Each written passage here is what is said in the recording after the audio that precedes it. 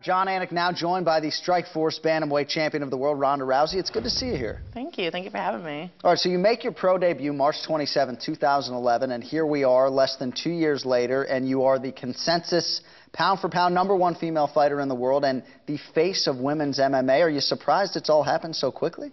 I'm not surprised in that, I expected that out of myself. I was trying so hard at the beginning. It was like every single time after a fight, I was like, give me another one, now. Like, I just felt like I had to get it all done so quickly that I'm just kind of surprised that more things didn't go wrong, you know? Like, if I wrote this out from the very beginning, I was like, okay, I want to start at this point, I want to fight for the title this time, and I want everything to go this way. I think things are going better than I actually planned, and I'm kind of getting suspicious. Like, something should go wrong pretty soon because it's too cool, I think. It is pretty cool. Also cool, an Olympic bronze medal back in 2008. When did MMA, though, first surface on your radar in terms of something you thought you might do eventually?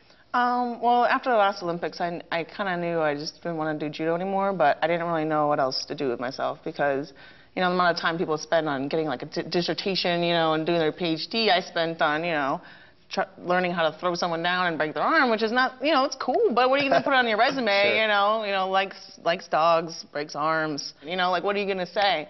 So, I was thinking maybe I could do the Coast Guard, I could, like, jump out of helicopters, do something cool, you know, I wasn't meant for a desk, and a lot of my old teammates that I did judo with, and I would just do grappling with them just for fun, you know. And on Thursdays was our one day that, like, none of the coaches were there, and we got to run our own workout. So we would always put music on, and everyone would do no-gi, and it was, like, my favorite workout of, like, the whole week, you know? What have the Diaz brothers meant to you and your training and your evolution as a mixed martial artist? They're brilliant. They really are, and they are very, very respectful in the way that I don't think anybody else would, you know, believe, and they're very loyal, you know. You don't see them trading up fighters there, you know. They have people there for very extended periods of time, and when I try to look for the quality of a camp, I try to look at how long the tenure of all the fighters is over there. You know, if I see a constant circulation of fighters, I think there's something wrong going on with that camp, because otherwise, why would people leave all the time? Your next fight coming up on August 18th against Sarah Kaufman. She's a striker. What kind of challenge do you think she presents to you? Well, she obviously has done very good against grapplers because Misha's last loss was against her.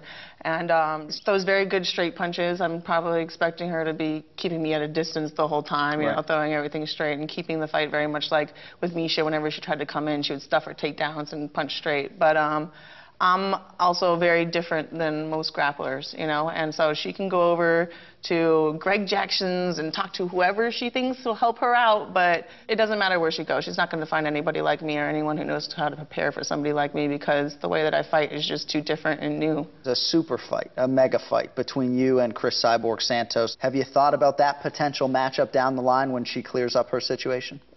I have been thinking about that potential matchup since the day I started MMA. You know, it's just, I want it to happen at the right time and under, of course, the most favorable circumstances for myself. And I love how you call it her situation. Right now, Sarah Kaufman is 100% of my attention, you know. I am not going to make the mistake of thinking about, you know, the finals before I've gotten through the quarters, you know, and I'm not trying to get too much ahead of myself. But I'm very aware of that matchup, and I'm very, you know, excited about it happening sometime in the future. You've been wildly entertaining thus far in your mixed martial arts career. Have you ever thought about what benefit it would be, though, to actually go the distance and not submit someone in the first round?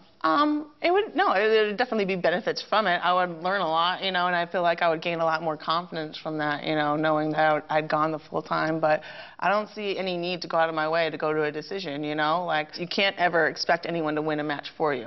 It's like, if you ever go to a decision, then you've lost. Ronda Rousey, it has been an absolute pleasure. Thank you for joining us here on UFC Ultimate Insight. Oh, thank you for having me. It's a pleasure.